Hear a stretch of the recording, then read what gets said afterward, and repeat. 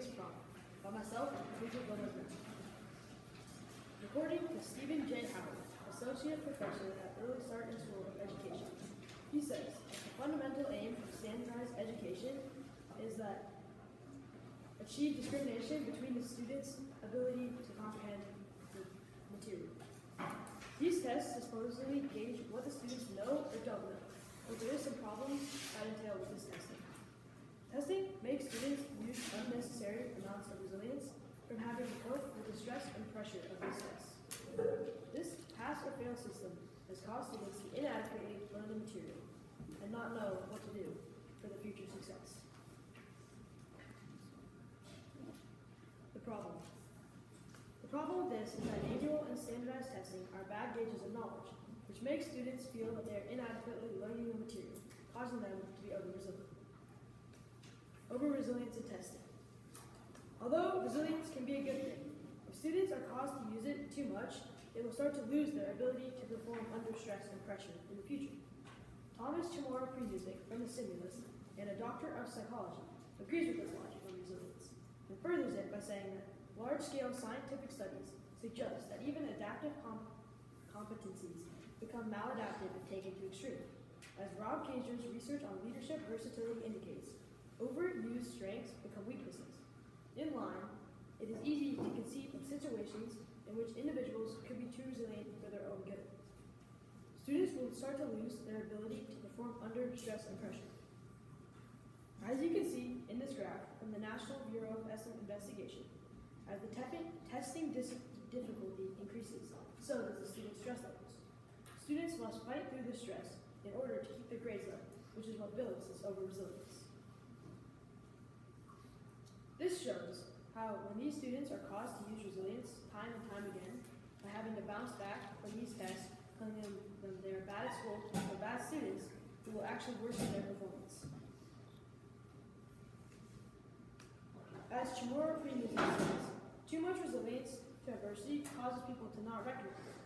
Along with this, in the future, students' over-toleration to adversity and resilience will cause them not to recognize it in the workplace, which will eventually hurt their performance.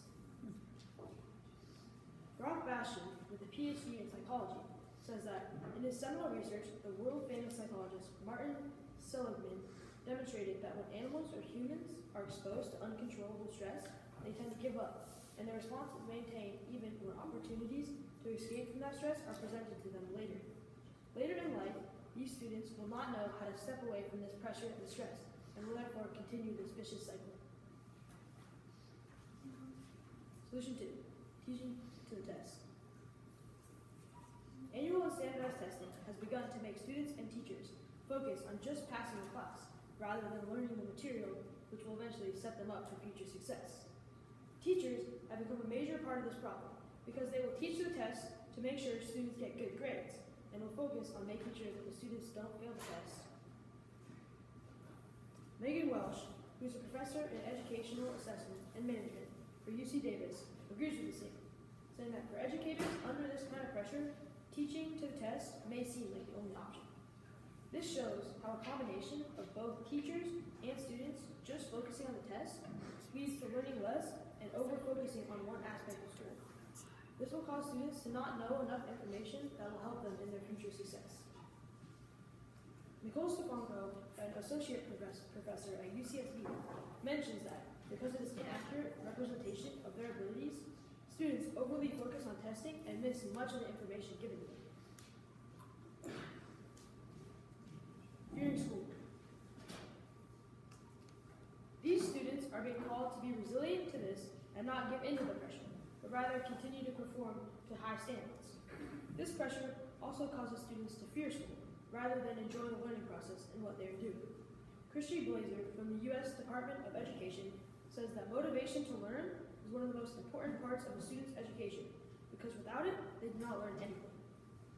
Students are too pressured to perform well on testing that they begin to fear and not enjoy school. As you can see in this graph from the Penn State education method, homework in school is the most stressful thing for these students. This graph was conducted with students from Penn State University. Conclusion. In conclusion, Annual and standardized testing are bad gauges of knowledge, which makes students feel that they are inadequately learning the material and causing them to be over-resilient. These things that cause massive amounts of stress and pressure for students must be stopped, such as annual and standardized testing, which is causing students to have to recover from high levels of stress quickly in order to start preparing for the next test. This is why we must stop using traditional testing in order to keep the future of students protected. As you can see in this graph from the National Education Association, many parents agree with this, and that testing should not be valued as highly as it is. As you can see, 67% of parents say there's too much emphasis on these kind of testing, and 14% say it actually helps students in their effectiveness.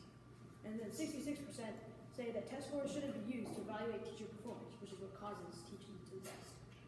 These things are what overall are a detriment to the students' learning and what makes them have to be resilient to the stress and pressure caused by school and testing. Thank you. And this is my book.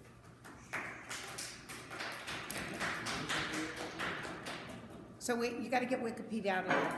That was for a picture. Oh, so where do you have two different ones? One for pictures and one for your, Sure. probably. We're excited, or put the bibliography for the picture right there. Yeah, you got to separate them. Okay, yeah, because you have them all mixed in. All right, you got to speak louder, louder, louder, louder. And some of the slides, I think you could use more effective slides, like the UC Davis one. Yeah. Okay. Good. What was the time? 6:07. Okay. All right. Do I have a volunteer? Can you get off P110? Oh, Gabe, you were gonna go. Parker needs more time. So did they get back? The 200 people? Oh, let me, wait, before he starts, listen, we borrowed these from chemistry. You have to turn them off.